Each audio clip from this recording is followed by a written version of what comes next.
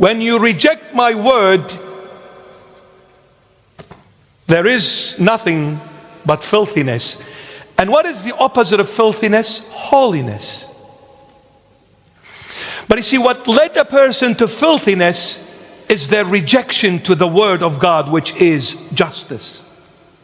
Verse 11. He who is unjust, let him be unjust still. He who is filthy, let him be filthy still. He who is righteous, let him be righteous still. And he who is holy, let him be holy still.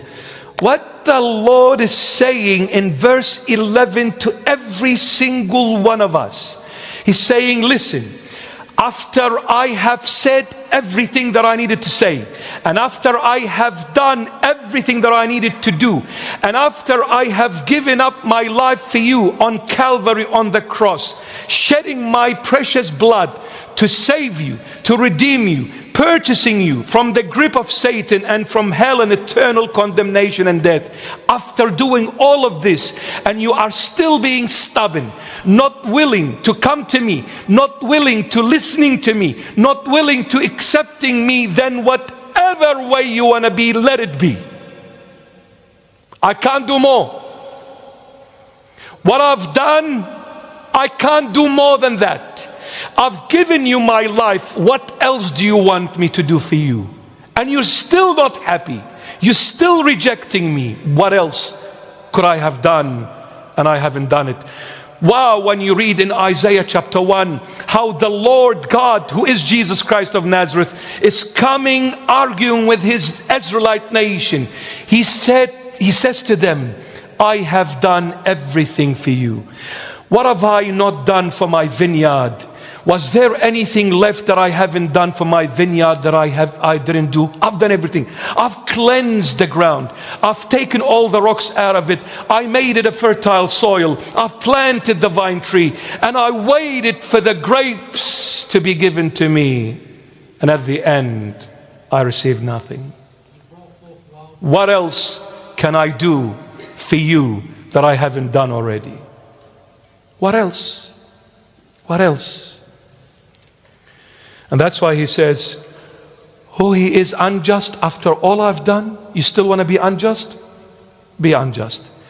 He who is, what? Filthy? Remain filthy. He who is righteous, remain righteous. And he who is holy, remain holy. Because I can't do more. I died for you. What else do you want? And I rose from the dead for you. What are you asking?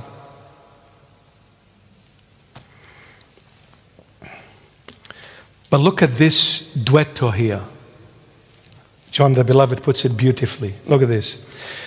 He who is unjust, parallel to it, righteous. He who is filthy, parallel to it, holy.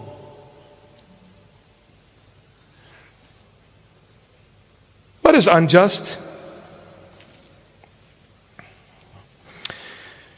You see, when a person is unjust, it leads them to filthiness. Why? Because justice, what is justice? The Word of God. The Word of God is law. The Word of God is justice, is law. When you do not accept the Word of God, you are being unjust. When you are rejecting the Word of God, it leads you to filthiness, because the only way you are cleansed when you accept what I have said to you. When you reject my word, there is nothing but filthiness. And what is the opposite of filthiness? Holiness. But you see, what led a person to filthiness is their rejection to the Word of God, which is justice. My word will enlighten you. My word will cleanse you. My word will save you, will deliver you. Rejecting my word, you will remain in your sins, and your sins is nothing but filthiness. But when you accept my word will take you to being righteous. Who is a righteous person? A righteous person is the one who does the will of God. is the one who does the work of God. The Holy Bible says Christ is our righteousness. When you accept the word, you're accepting Christ. And since you're accepting Christ, who is the righteous one, you become righteous. It is through Christ, the righteous one, we become righteous. And when you accept Christ and become righteous, righteousness will lead you eventually to holiness. And the Lord God of the holy prophets sent his angel to show his servants the things which must shortly take place. Why here it says that the Lord God of the holy prophets? Why the prophets mentioned here?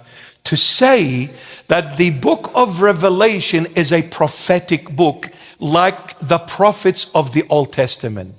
Just like there are books of prophecies in the Old Testament, so as there is a book of prophecy in the New Testament called the book of Revelation. So the prophets of the Old Testament and the book of Revelation are all prophetic books. Are all prophetic books. And the Lord God of the holy prophets sent his angel to show his servants the things which must shortly take place. Shortly take place, and it's almost 2,000 years have gone by, but my words are faithful and true. So don't ever lose hope on what I say and what I promise.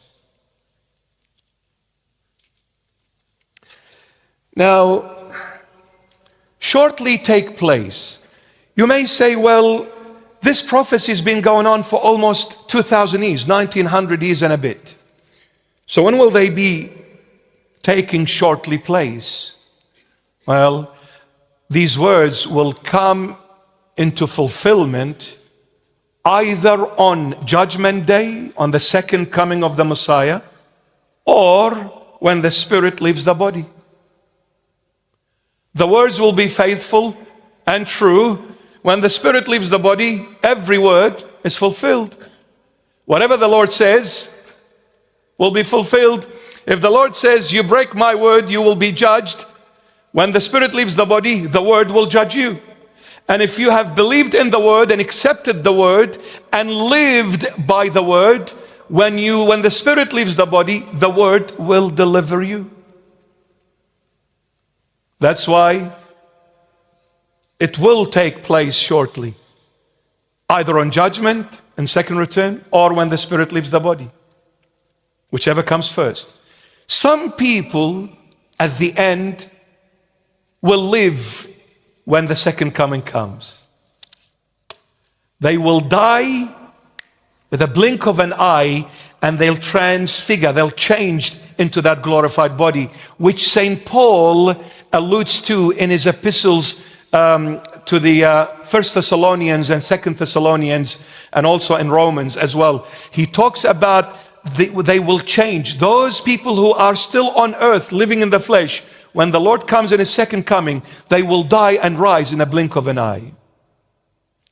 So whichever comes first, but definitely the things which must shortly take place will take place, because God's words are faithful and true.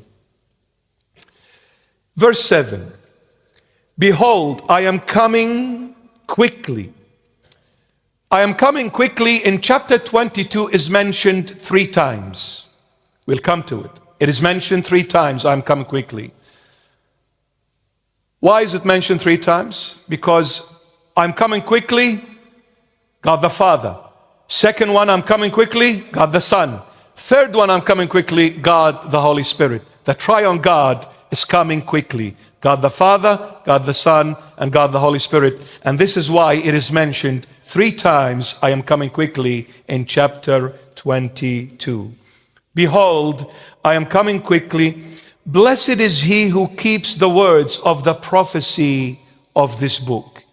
Blessed is he who keeps the words of the prophecy of this book.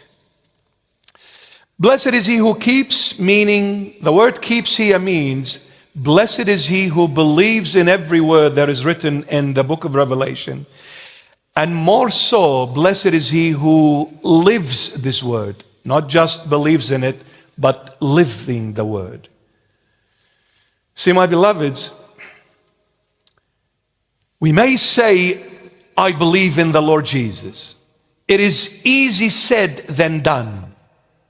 It is very easy to say, I believe in the Lord, yet it is so hard to say, I live for the Lord. Blessed is he who keeps the words of the prophecy of this book, meaning, blessed is he who lives the Lord Jesus on a daily basis while on earth. Blessed are you if you truly from the heart.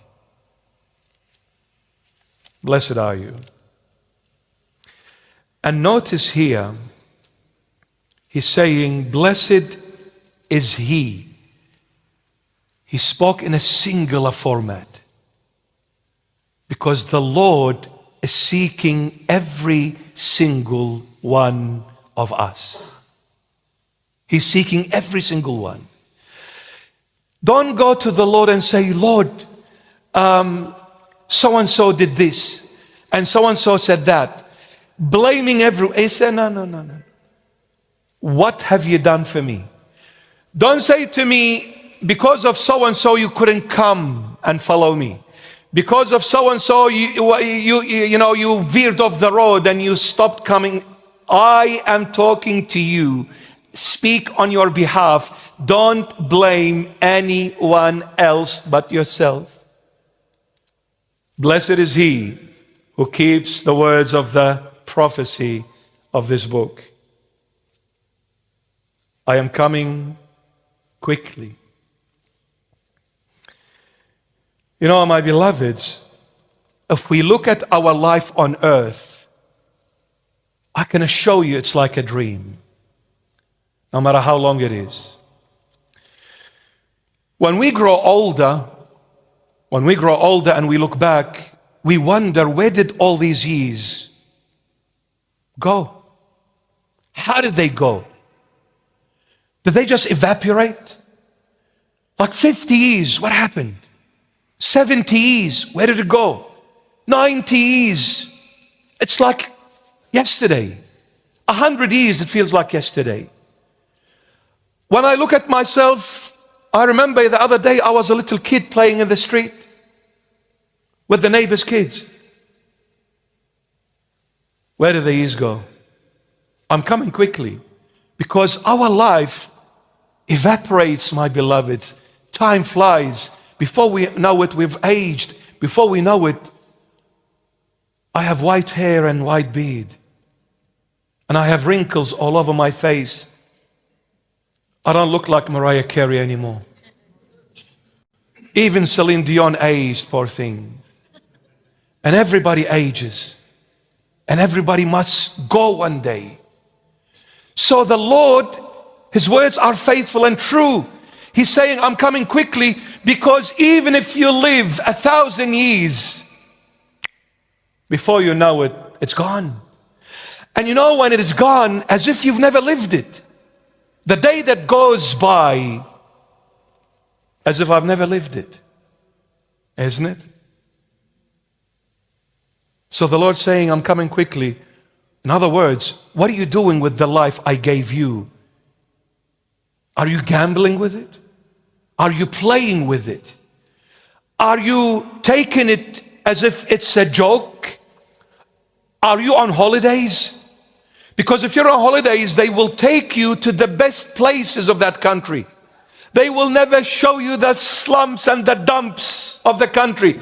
When you come to Sydney, they'll show you Darling Harbour and the Harbour Bridge and the most spectacular places in Sydney, and they'll take you to the Three Sisters, the Blue Mountains. Will they take you to those little dark alleys in the city? Never.